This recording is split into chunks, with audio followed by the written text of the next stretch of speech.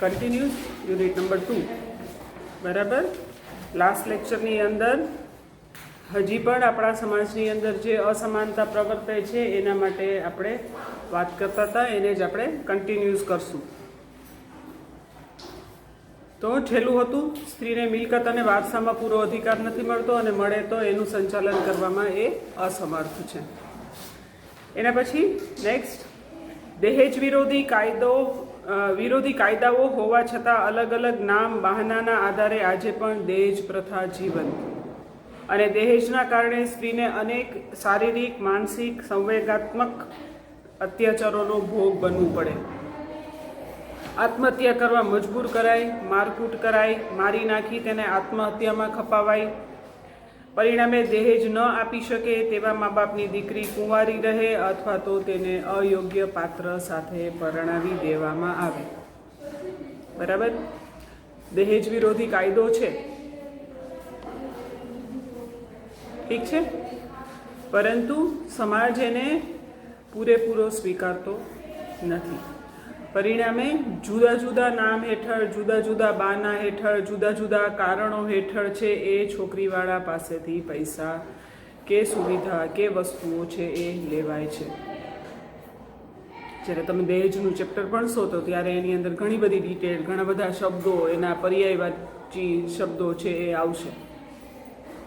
જમાઈને ધંધો કરવો છે, એને સારું ઘર લઈ દેવું છે, તમારી દીકરીને ફેરવશે, ગાડી દેવી છે, બરાબર.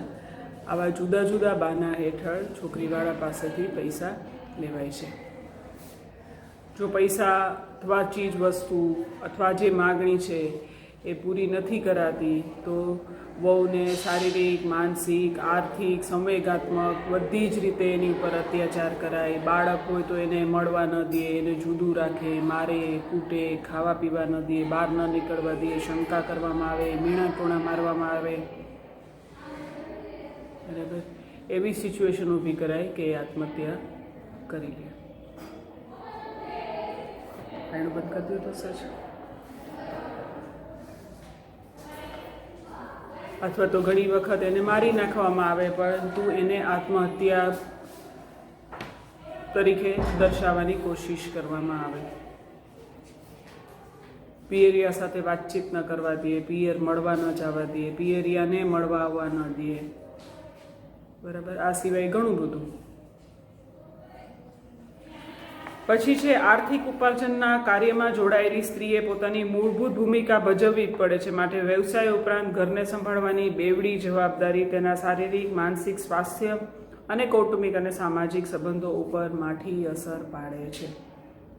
બહુ સહજ છે આ વસ્તુ, કારણ કે જ્યારે તમે આર્થિક ઉપાર્જનમાં જોડાવ છો એઝ અ સ્ત્રી, તો ઘરના મૂળભૂત કામો છે એ છૂટતા નથી. બરાબર છે. કદાચ કામવાળી રાખો, રસોઈયાણી રાખો, ઇસ્ત્રીના કપડાં બહાર મોકલો, બહારથી નાસ્તાઓ લઈ આવો, તો પણ કેટલીક મૂળભૂત જવાબદારીઓ છે જ જે તમારે નિભાવવી પડે. બાળકને જન્મ તમારે જ આપવો પડે, દૂધ એને તમારે જ પીવડાવવું પડે, એને વેક્સિનેશન માટે તમારે જ લઈ જવું પડે, માંદું પડે છે તો તમારે જ એને સાચવવું પડે, ડૉક્ટર પાસે લઈ જવું પડે, એ પ્રમાણે આહાર આપવો પડે. બરાબર. ઘરના સભ્યો માંદા થાય તો એના માટે અહીંયા ફરીથી પાછી પેલી સરખામણી આવશે કે જો પુરુષ બીમાર પડે છે તો સ્ત્રી પોતાના બધા જ કામ છોડીને, ચાહે નોકરી કરતી હોય ચાહે ન કરતી હોય, એ પતિની સેવામાં જોડાઈ જશે. પણ સ્ત્રી માંદી પડશે તો પતિ નોકરીમાંથી રજા લેશે, વ્યવસાયમાંથી રજા લેશે, ધંધામાં મોડો જશે, આજે તાર ભાભીને ઠીક નથી, હું નહીં આવું, આવું થશે નહીં થાય. ફેરફાર આવ્યા છે, પરિવર્તન ચોક્કસ આવ્યું છે, પણ બહુ ઓછું આવ્યું છે. બરાબર. આને લીધે સ્ત્રી પર જ્યારે નોકરી બી કરે છે તો તેને આ મૂળભૂત જવાબદારીઓ તો નિભાવવાની જ છે. પરિણામે એની શારીરિક, માનસિક સ્વાસ્થ્ય ઉપર તો અસર થાય જ છે, પણ એના કૌટુંબિક અને સામાજિક સંબંધો ઉપર બહુ અસર થાય. બરાબર. પછી કુટુંબના, સમાજના, જ્ઞાતિના જે કાંઈ બી મેળાવડાઓ હોય, પ્રસંગો હોય, સમારંભો હોય, ત્યાં એ ન જઈ શકે, ટૂંકા ગાળા માટે જાય, જલ્દી જઈને નીકળી જાય, ન જઈ શકે, ફોન પર દિલગીરી વ્યક્ત કરે, એટલે તરત શું કહેવામાં આવે? હા ભાઈ, તમે તો નોકરી કરો ને, મોટું માણસ. બહુ સહજતાથી આ કહેવાય છે. પણ એ મોટું માણસ કેમ તમારા સુધી નથી પહોંચી શકતું? એના વર્કિંગ અવર્સ જુઓ, એના ઘરની જવાબદારીઓ જુઓ, એ પછી એની પાસે એટલો સમય બચે છે, એટલી તાકાત બચે છે કે એ આવા સામાજિક મેળાવડોમાં જાય. બરાબર. સાવ નાનકડું એક્ઝામ્પલ આપું, કાંઈ વાર તહેવાર પ્રસંગ બધું ભૂલી જાઓ. પાડોશની સ્ત્રીઓ છે એ બહુ સહજતાથી સવાર બપોર સાંજ શાક લેવા નીકળ્યા અને 2-5 મિનિટ ઊભા રહીને વાતો કરી લીધા અને કાંઈ નથી ને એમને એમ વાતો કરી. આ બહુ સહજ છે અને આ શેરી કલ્ચર છે અને એમાં કંઈ ખોટું પણ નથી. પણ નોકરી કરતી ગૃહિણી છે ને એ આ કલ્ચરની અંદર ના ભળી શકે, કારણ કે એનું બધું જ છે ને ઘડિયાળના કાંઠે ચાલતું હોય. એટલે આડોશી પાડોશીને પણ એવું લાગે કે ભાઈ આ તો બહુ અભિમાની, નોકરી કરે તો આપણી યાર વાત ન કરે. પણ જો સમજદારી કેળવીને એ સ્ત્રી વિચારે ને તો એને, શેરીની જે હાઉસવાઈફ છે, તો એને ખબર પડે કે આ સ્ત્રી પાસે ટાઈમ ક્યાં છે કે તમારી સાથે 5 મિનિટ ઊભી રહી. એમ ન મન થાય, મન ન થાય. બધા પાડોશની સ્ત્રીઓ છે એ વાતોચીતો કરતી હોય તો મન થવાનું એક બાજુ. ઘણી વખત એવું થાય કે તમે ફ્લેટમાં સોસાયટીમાં રહેતા હોય ને તો આવી રીતે ઊભા ન રહ્યો તો ઘણું બધું છે જે તમને ખબર ન હોય, જે કંઈક નિર્ણયો લેવાના હોય, કંઈ ઘટના બની હોય, કંઈ વાતચીત થઈ હોય, બરાબર છે, તો એ તમને ના ખબર હોય, બાકીની સ્ત્રીઓને ખબર હોય, કારણ કે એ લોકો સતત ઘરમાં હાજર હોય, એકબીજા સાથે વાતચીત થઈ હોય. હવે તો ફોન એવું માધ્યમ છે કે તરત જ એકબીજાને માહિતી પહોંચાડીએ. તો સામાજિક સંબંધો ઉપર અહીંયા પણ અસર થાય છે કે તમે આડોશી પાડોશી સાથે એટલું બધી વાર વાતચીત કરવું, કોમ્યુનિકેશન કરવું એ નથી થઈ શકતું. ઘણી વખત અહીંયાથી જાઓ ઘરે, પહેલાં તો હું 2 ટાઈમ આવતી, એટલે સાંજે ઘરે જાઓ તો ફ્લેટમાંથી કોઈક ને કોઈક ઊભા રાખે વાતો કરવા. બિચારાને ખબર જ હોય કે જનરલી મારે થાકી હોઉં, 2 ટાઈમ કોલેજે ગઈ હોઉં, સવારે કામ કરીને ગઈ હોઉં, આવીને કરવાના હોય, પણ કોઈ વાર કંઈ જરૂરી કામ હોય ને ઊભા રહ્યા હોય, 10-15 મિનિટ નીકળી જાય. ઉપર ઘરે જાઓ ને બધું જ દોડાઈ જાય. એને બિચારે કંઈ મને આગ્રહ ન કર્યો કે ઊભા રહ્યો, પણ કોઈક વાર તમને બી મન થાય, અથવા તો વાતમાંથી વાત નીકળી ધ્યાન ન રહ્યું કે કેટલી મિનિટ થઈ ગઈ, અને પછી ઉપર જાઓ ને મારું બધું ડિસ્ટર્બ થઈ ગયું હોય. અને એમાં શું થયું હોય, પાછા 2 ટાઈમ નોકરી કરી હોય, સવારે ઘરના કામ કર્યા હોય અને તમે ઓલરેડી થાકી ગયા હો, અને એમાં 10-15 મિનિટ આવો વચ્ચે બ્રેક પડે ને એટલે ઘરે જાઓ ને એટલે પછી રસોઈ કરવામાં એવું આમ મારી જાતને મારે આમ ટેમ્પો ચડાવવો પડે, અને કાં તો છોકરાઓને પૂછું જલ્દી થઈ જાય અને બધાની ભૂખ સંતોષાઈ જાય એવું કંઈક મેનુ બોલો. એટલે ત્યાં શું છે, આખું માઇન્ડસેટ બદલાઈ જાય. રસોઈ કરવાની નહીં, જલ્દી થઈ જાય, પેટ ભરાઈ જાય, બધાને ભાવે એવું બોલો. બદલાઈ ગયું ને, એક આખું માઇન્ડસેટ બદલાઈ જાય, બહુ થાકી જવાય. બીજાની નથી ખબર, પણ મને ખબર છે કે હું અહીંયા સાંજે ઓફિસેથી ઘરે ગઈ હોઉં ને તો હું બેસું નહીં, હું સીધી રસોડામાં જાઉં. બીજા કદાચ એવું કરે કે બેસે, ચા પાણી પીવે, જરાક ફ્રેશ થાય પછી કરે. મારે ઊંધું છે, બેઠીને પતી ગયું, પછી મારા ન થાય, એટલે હું સીધી રસોડામાં જાઉં. કાં પહેલેથી પ્રી પ્લાન હોય, જેમ કે આજે સવાર ફ્રીજ ખોલ્યું તો મને થયું કે છોલે પલાળી દઉં, પછી મને થયું ના હજી ગયા અઠવાડિયે જ કર્યા છે ને, તો ઘણી વખત આવા પ્રી પ્લાનિંગ હોય. આથાવાળું હોય તો પ્રી પ્લાનિંગ હોય. હવે તો જો કે બહાર ખીરું મળી જાય છે, વાંધો નથી. ઉસળ કે મિસળ કે કરવું હોય તો પહેલેથી કઠોળ પલાળીને ફણગાવવા પડે તો પ્રી પ્લાનિંગ હોય. પણ ન હોય ને ત્યારે એ સીધું રસોડામાં જવું પડે. તો સામાજિક સંબંધો ઉપર, કુટુંબના સંબંધો ઉપર બહુ અસર થાય. છોકરાઓ સાથે વાત કરવાનો ટાઈમ ન મળે, એ લોકોને શું પ્રોબ્લેમ છે, શું વાતચીત છે, એ લોકોની લાઈફમાં શું થાય છે, એટલે કુટુંબના સંબંધો ઉપર પણ અસર થાય. કારણ કે છોકરું ક્યાં જાય છે તમને ન ખ્યાલ રહે. એટલે મારા ઘરમાં નિયમ છે કે જમવાના ટાઈમે બધાએ બધું જ બકબક કરવાનું. સામાન્ય સંજોગોમાં મેનર્સની દ્રષ્ટિએ જમવા ટાઈમે ના બોલાય, પણ અમારા ઘરમાં અમે ત્યારે જ બધી વાતો કરીએ. નિયમ બધા જ કરે. હું બી જે થયું હોય, નાનું મોટું ખરાબ, કોલેજમાં કેટલી ઘટનાઓ બનતી હોય, એક્ઝામ ટાઈમે વધારે બનતી હોય, તમારી સાથે બની હોય, મારી સાથે બની હોય, હસબન્ડને ધંધામાં થયું હોય, છોકરાઓને સ્કૂલ કોલેજમાં થયું હોય, બધી જ વાતો અમે કરીએ. તો આ એક સોલ્યુશન છે કે તમારા કુટુંબ પર તમારી જોબની અસર ન થાય એના માટે શું કરીએ. તો આવું થઈ શકે.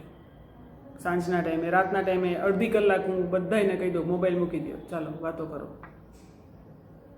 આવા સોલ્યુશન લાવવા પડે તમે જ્યારે વર્કિંગ વુમન છો ત્યારે, કારણ કે નહીંતર કુટુંબ પર અસર થાય. ખબર ન રહે છોકરું ક્યાં જાય છે, અને એની નાની નાની વાત ઉપરથી તમને ખબર પડે કે એના ફ્રેન્ડ્સ કેવા છે, એ કયા રસ્તે જાય છે, એ કોઈ મેટરમાં શું વિચારે છે. તો નોકરી કરતી સ્ત્રીના કૌટુંબિક જીવન પર પણ ઘણી બધી અસર થતી હોય છે, કૌટુંબિક સંબંધો ઉપર ઘણી બધી અસર થતી હોય છે. એને તમારાથી જેટલું મેનેજ થઈ શકે એ રીતે મેનેજ કરી અને એને સંભાળવાની કોશિશ કરવાની. જેટલું ધ્યાન પુરુષના આરોગ્ય સગવડતા પર દેવાય છે તેટલું ધ્યાન સ્ત્રી ઉપર દેવાતું નથી. હસબન્ડને માથું દુખતું હશે તો વાઈફ આદુવાળી ચા કરી દઉં, ઓલું કરી દઉં, પેલું કરી દઉં, આ દવા દઉં, પેલી દવા દઉં, સૂઈ જાઓ, માથું દાબી દઉં, તેલ નાખી દઉં, થાય છે. પણ સ્ત્રીને માથું દુખતું હોય તો પુરુષને જવા દો. તમે કહો છો મમ્મીને આમાંથી એકેય વસ્તુ? કારણ કે આપણને લાગતું જ નથી કે સ્ત્રીને પણ તકલીફ થાય તો એના માટે પણ આ વસ્તુ થઈ શકાય. કારણ કે આપણે સતત જોયું છે કે ઘરમાં જે થાય છે એ પુરુષ માટે થાય છે. આપણને એવું લાગે છે કે આપણને જે સુખ સુવિધા મળે છે ને એ બધી પુરુષથી મળે છે, કારણ કે પુરુષ કમાય છે. હું એમ કહું કે તમને લાખ રૂપિયા હું આજે અહીંયા આપી દઉં છું, પણ તમારી મમ્મી લાખ રૂપિયાનો ઉપયોગ છે એ જે કાંઈ તમારું સવારે ઉઠીને કરવાનું છે એ કાંઈ નહીં કરે તો લાખ રૂપિયાને શું કરશો? રોજ એક એક નોટ ખાશો?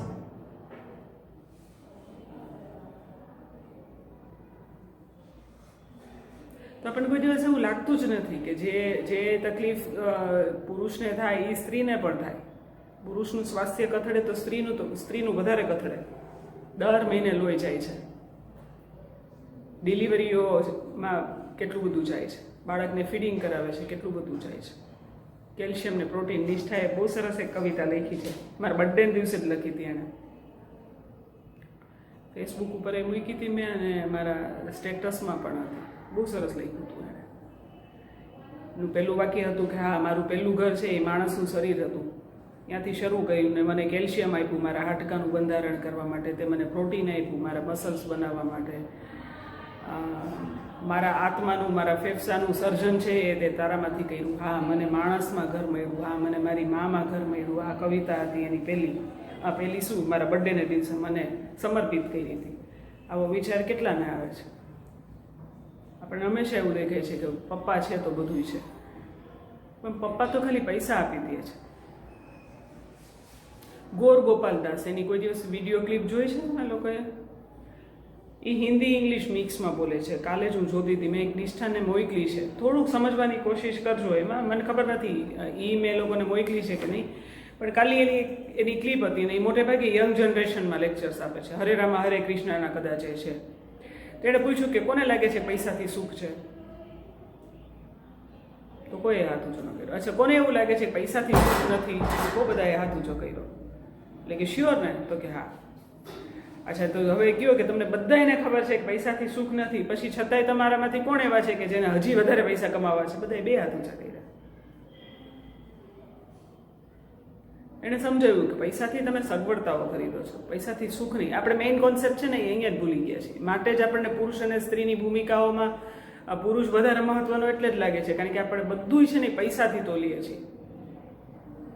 સબકોન્શિયસલી આપણને ખબર જ છે કે પૈસાથી સગવડતા આવે, સુખ નથી આવતું, પણ છતાંય આપણે 2 મિનિટ માટે ભૂલી જઈએ છીએ. સગાઈ થાય પછી હસબન્ડ ફિયાન્સ કયો મોબાઈલ આપશે ને એમાં આપણને પછી સુખ દેખાવા માંડે છે. એ સુખ નથી. 2 જ વર્ષમાં તમને જ મને ખબર છે કે વધુમાં વધુ 3 વર્ષમાં મોડેલ બદલાવવું પડે છે. બદલાવવું પડે છે ને. બટન વાળો હશે તો વર્ષો ચાલશે. અમારી ઘરે એક બટન વાળો હજી છે, કેટલા વર્ષ પહેલા લીધો તો યાદ નથી, પણ સ્માર્ટફોન છે એ 3 વર્ષે 4 તો હું વધારે કહું છું, મને લાગે છે 3 વર્ષે તો તમારે એ બદલાવાની હાલત થઈ જાય. પછી તમે એને પરાણે ચલાવો તો અલગ વસ્તુ છે, પણ છતાંય આપણને થાય છે ને બ્રાન્ડ, કઈ સિરીઝ છે ને. સગાઈ થઈ પછી ફિયાન્સ ગાડીમાં લેવા આવે છે, બાઇકમાં લેવા છે, એને આધારે આપણા આડોશી પાડોશીમાં આપણી આબરૂ નક્કી થાય. અરે દર વર્ષે કેટલો દાગીનો તમે ખરીદો છો એને આધારે તમારો હસબન્ડ તમને કેટલો પ્રેમ કરે છે એ નક્કી થાય. આવું તો સ્ત્રી અને પુરુષના સ્વાસ્થ્યમાં તફાવત છે. ત્યાં ફરીથી પાછું જેન્ડર એવું, ત્યાં માણસની દ્રષ્ટિએ નથી થતું. એટલે જ મેં તમને પૂછ્યું તમારી મમ્મીને માથું દુખે તમને કે આવો વિચાર આવે, જબકી એ જ મમ્મી છે.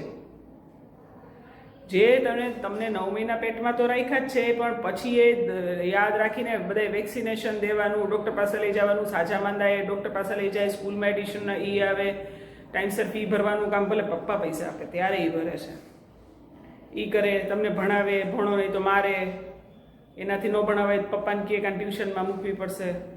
આ બધું જ છે એ એણે કર્યું હોય ને છતાંય મમ્મી તમને માથું દુખતું હોય તે દિવસે માથામાં તેલ એણે નાખી દીધું હોય ને બેટાના માથામાં હાથ ફેરવો હોય, પણ તોય એ મમ્મીને માથું દુખે તો દીકરીને યાદ ન આવે કે હું મમ્મીને માથામાં તેલ નાખી દઉં. હમણાં મને 2-3 વાર મારા છોકરાએ નાખી દીધું છો એટલે મને યાદ છે. એ હતી ને કહું તો તમને કેમ કોઈ દિવસ એવો વિચાર ના આવે? પપ્પાને માથું દુખતું હોય ને ઓફિસેથી ત્યાંથી આવે ને તમે જરાક ઢીલું મોઢું જોવો, પાણી આપો ને કેમ પપ્પા થાકેલા લાગો છો, એટલે પપ્પા એમ કે માથું દુખે, પપ્પા ચા કરી દઉં? એવું મમ્મીમાં નથી થતું, થવું જોઈએ. પછી છે ત્યક્તા, વિધવા કે છૂટાછેડા લીધેલી સ્ત્રીએ ઘણીવાર નારી સંરક્ષણ ગૃહમાં આશરો લેવો પડે છે. તે બતાવે છે કે સ્ત્રી હજી પણ આર્થિક સામાજિક રૂપથી સલામતી મળી નથી. કારણ કે જોઈન્ટ ફેમિલી ધીરે ધીરે તૂટવા માંડ્યા છે, આર્થિક પરિસ્થિતિ બહુ બધાની નબળી થતી જાય છે, કારણ કે સમાજની અંદર એટલી બધી ચીજ વસ્તુઓની અવેલેબિલિટી છે કે એ બધુંને ખરીદવા માટે થઈને તમારી માટે માંડ પૈસા તમારું ઘર ચાલતું હોય, એમાં વિધવા થયેલા ફઈ આવે કે છૂટાછેડા લીધેલી બેન આવે તો એને સાચવવાની આપણા માનસિક આર્થિક તૈયારી હોતી નથી. 2 દિવસ માટે મહેમાન આવવાના હોય ને છોકરાઓને એમ કીધું હોય ફઈ આવવાના છે, તારા રૂમમાં શું છે, હાય લે. તમારું નાનપણ મને નથી ખબર, પણ અમારું નાનપણ અમને ખબર છે. ડ્રોઈંગ રૂમમાં લાઈન સર બીજથી ભીલ સુધી પથારી થઈ હોય ને અમે એની રાહ જોતા હોય કે બધા ભેગા થાય, પોતપોતાના રૂમ ખાલી હોય, કારણ કે બધાને એક જ રૂમમાં ઘરાવીને અડધી રાત સુધી ઘુસુર કરવું હોય એટલે અમારા બધાના બેડરૂમો ખાલી હોય ને ડ્રોઈંગ રૂમમાં વોલ ટુ વોલ પથારીઓ થઈ જાય. પણ એ વેકેશન પૂરતું, જો જિંદગી પર એમ કે હવે અહીંયા જ રહેશે તો હવે ન ગમે. પ્રાઇવસી એટલે કેટલી હદે કે તમારા મોબાઈલમાં કોઈ મોટું નાખે ને તો તમને ગમે નહીં, એટલી બધી પ્રાઇવસી. પરિણામે કોઈ આવું થાય તો એ નારી સંરક્ષણ ગૃહમાં જાય, કારણ કે આર્થિક રૂપથી તો પગભર હોય નહીં. ભણેલા ગણેલા આર્થિક રૂપથી પગભર હોય, સારી નોકરી હોય તો સર્વાઈવ થઈ જાય, નહીંતર તકલીફ પડે.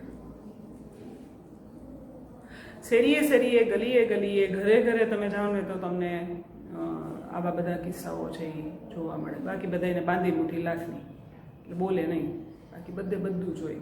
મારા છોકરાઓને બહુ વસ્તુ શીખવાડું. ઘણી વખત ખીચાઈ જાય ને તો ભણીને બહુ ફ્રસ્ટ્રેટેડ થાય, એટલે અમારે જ ભણવું પડે છે ને અમારે જ આમ ને અમારે જ તેમ ને. એટલે પછી હું એ લોકોને એમ કહું કે તમે બધા આ સોશિયલ મીડિયા ઉપર તમારા ફોટા મૂકો, તમે તું કોઈ દી રોતો ફોટો મૂકો છો? તો કે ના. મેં મૂક ને, તો કે એવો થોડી મુકાય. તો મેં તું બસ એવી જ રીતે. એટલે પાછું એ લોકો તો કમ્પેરિઝન, બીજાને કાંઈ નહીં અમારે જ છે, ઓને તો સમજાઈ જાય, મને જ નથી સમજાતું, ઓલીની કોલેજ તો બહુ સારી છે, મારી જ ભંગાર છે. આવું ઘણું બધું થાય. ભણતરનું વધારે મહત્વ છે એટલે ભણતરની વાતો વધારે થતી હોય એટલે આવું બોલાતું હોય. પછી એ લોકોને રીતે સમજાવવું. એવી રીતે હું કહું બધાને કંઈક ને કંઈક તકલીફ હોય, ભણવામાં હોય, ઘરમાં હોય, પૈસાને લગતી હોય, સંબંધોને લગતી હોય, પણ સોશિયલ મીડિયા ઉપર ક્યાંય રોતો ફોટો બતાવે, ઝાપટ મારી હોય ને પછી બીજી મિનિટે જો સેલ્ફી પાડીને કોઈ કે માગી હોય તો આપણે સ્માઇલ કરીને જ કરીએ છીએ. અંદર જ ખબર હોય કે આંખ તો રોયેલી હતી, ઉપર પાછા આપણે ઓલા સ્પેક્સ ચડાવીએ એટલે આંખ રોયેલી ના દેખાય, સ્માઇલ. તો એ રીતે બધાને તકલીફ તો હોય જ છે, પણ આપણે બધાને બધું નથી કહેતા. જેમ સોશિયલ મીડિયા પર આપણે રોતેલા ગુસ્સાવાળા એવા ફોટા નથી મૂકતા. અને તમે બધા એવી જનરેશન છો કે જ્યાં મૂક્યા પછી અડધી મિનિટે તમે જોવાનું ચાલુ કરો કેટલા લાઈક મળ્યા. એમાં જો 1 લાઈક ઓછું મળે ને બેનપણીને વધારે લાઈક મળ્યા હોય તોય તમારા દુઃખનું કારણ થઈ જાય.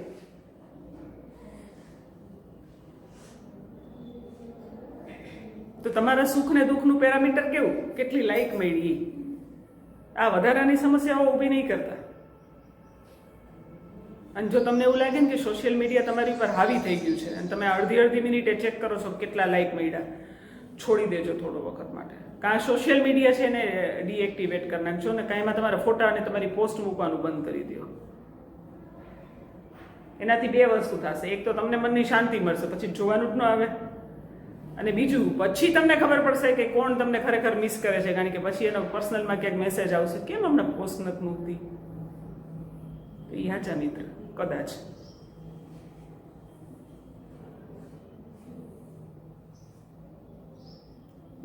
તો આ પણ તમારી જીવનની અંદર એક બહુ મહત્વનું સોશિયલ મીડિયા રોલ ભજવતા હોય છે, જે તમારા સુખ દુઃખને નક્કી કરતા હોય છે. એટલે એના હાથમાં કોઈ દિવસ તમારા સુખ દુઃખનું રિમોટ આપતા નહીં. એના પછી છે સ્ત્રીઓ સાથે ઘટતી અત્યાચાર, બળાત્કાર, અપહરણ, એસિડ એટેક, સામૂહિક બળાત્કાર, છેડતી, જાતીય સતામણીની ઘટનાઓની સંખ્યામાં વધારો થતો જોવા મળે છે. ગઈકાલે એક છોકરીની ઇંગ્લિશમાં ક્લિપ હતી. હમણાં હું તમને લોકોને જો સ્ટોકની એકાદ બે ક્લિપ, હું કંઈક ને કંઈક લિંક હમણાં મોકલું છું, સમજી જ લેજો, તમારા કામની હશે. તો એ જો સ્ટોકની અંદર કાલે એક છોકરીની મેં ક્લિપ જોઈ, ઇંગ્લિશમાં હતી, એટલે મેં તમને લોકોને ના મોકલી. મને નથી ખબર, પણ મને લાગે છે કે થોડું, કારણ કે નીચે લખાઈને બી આવતું હોય છે, થોડુંક સમજવાની કોશિશ કરો ને તો સમજાય તમને. એ છોકરીએ પોતે 10 વર્ષની હતી, એની ઘરે જે છાપા દેવા માટે ભાઈ આવતા હતા, એણે એનું 3 વર્ષ કઈ રીતે જાતીય શોષણ કર્યું ને એનું વર્ણન કર્યું છે એ 3-4 મિનિટની ક્લિપમાં. ખુલ્લા મોઢે, હેઝી નથી કર્યું, મોઢે માંસ નહોતું બાંધ્યું, મોઢે બુકાની બાંધીને પોતાની ઓળખ નથી એણે સંતાડી. 3 વર્ષથી કે મેં એ પીડા ભોગવી અને એને વર્ણન કર્યું છે એમાં. અને એમાં એણે કીધું, જે હું તમને કહું છું ને, કે બહુ સહજતાથી જે પુરુષ તમારી ઘરની અંદર આવી જાય છે ને, એની ઉપર તમને ને તમારા મા બાપને બહુ ભરોસો હોય ને, એ ભરોસાનો ભરપૂર ગેરલાભ લે. અને 3 વર્ષ સુધી સહન કર્યા પછી એણે એમ કીધું કે મારું પેઇન છે ને એ મેં લખીને અને બોલીને સારી ટોક આપીને આપવાનું શરૂ કર્યું. ફોરેનની કોઈ યુનિવર્સિટીમાં અત્યારે એ રિસર્ચ સ્કોલર છે. મેં એ ક્લિપ મારી દીકરીને મોકલી. આટલા હેલ્ધી સંબંધો છે અમારી વચ્ચે કે જો કે એટલા માટે કે ભવિષ્યમાં ક્યારેય કોઈ બી વસ્તુ એ લોકોની સાથે બને ને તો એ લોકોને ખબર પડે કે મારી માને કહેવાય. કારણ કે મારી માં મને આવું ઇનડાયરેક્ટલી તો મને મોટિવેટ જ કરું છું ને, કે બેટા જો બધાની સાથે આવું પણ, ઘણાની સાથે આવું પણ થઈ શકે, અને ત્યારે બોલવું પડે, ઘરમાં કહેવું પડે, તમને જેની પર ભરોસો હોય એને કહેવું પડે, તો અહીંયાથી તમારું શોષણ અટકશે. આ બધી જ વસ્તુઓ જે છે એ શોષણની છે. આવું ભણાવું ત્યારે ઘણી બધી સ્ટુડન્ટ્સ આવીને પછી વાત કરે, મેડમ અમારા ઘરમાં આવું થાય છે, મારી સાથે આવું થયું છે, મારા બોયફ્રેન્ડે કર્યું છે, મારા ફ્રેન્ડે કર્યું છે, મારો ફિયાન્સ મારી સાથે આવું કરવાની કોશિશ કરે છે, ઘણું બધું. તો મોડર્ન થતા ગયા, ભણતર વધતું ગયું, ફ્રેન્ડલી સંબંધો મા બાપ સાથે થયા, પણ એની સાથે સાથે સ્ત્રીઓ સાથે આ પ્રકારની ઘટનાઓ છે એ પણ દિવસે દિવસે વધતી ગઈ. અથવા શિક્ષણને કારણે સ્ત્રીઓ હવે બોલે છે કે મારી સાથે આવું થાય છે, ફરિયાદ કરે છે. 2 શક્યતા છે, બરાબર. સાથોસાથે પીડિતાની ઉંમરમાં પણ ઘટાડો થયેલો નોંધાયો. એટલે કે નાની બાળકીઓ ઉપર બળાત્કાર, હત્યા, એની સાથે અડપલા વગેરે. સાથે સાથે પીડિતાની ઉંમર વધતી નોંધાય, એટલે કે વૃદ્ધા પર પણ બળાત્કાર, સામૂહિક બળાત્કાર વગેરે. ઉપરાંત અત્યાચારી પુરુષની ઉંમરમાં પણ ઘટાડો નોંધાયો. મતલબ કે કિશોર અવસ્થાના છોકરાઓ નાની નાની બાળકીઓ ઉપર બળાત્કાર કે એને અડપલા કરે છે. બોમ્બે હાઈકોર્ટના એ જજ જેણે એવું કીધું કે સ્કિન ટુ સ્કિન ટચ ના થયું હોય તો એ પોક્સો હેઠળ. અને મહત્વની વસ્તુ અથવા તો આઘાતજનક વસ્તુ એક છે કે સ્ત્રી આવા ચુકાદા આપે છે. આપણે વધારે એના માટે ટીકા ના કરી શકીએ, પણ એક જાગૃત નાગરિક તરીકે ને વાણી સ્વાતંત્ર્ય છે, એટલે હું એક ટીચર તરીકે તમને આ વસ્તુ સમજાવી શકું. તો ડે બાય ડે આ બધું વધવા માંડ્યું છે ને, એનાથી વધારે આઘાતજનક એ છે કે નાની નાની છોકરીઓ સાથે આ બધી ઘટનાઓ બને છે, અને વૃદ્ધ સ્ત્રીઓ સાથે પણ ઘટનાઓ બને છે, અને જે ગુનેગારો છે એની ઉંમર ડે બાય ડે નાની થતી જાય છે. તે 14-15 વર્ષના છોકરાઓ છે, નાની નાની છોકરીઓની જાતીય સતામણી કરે છે.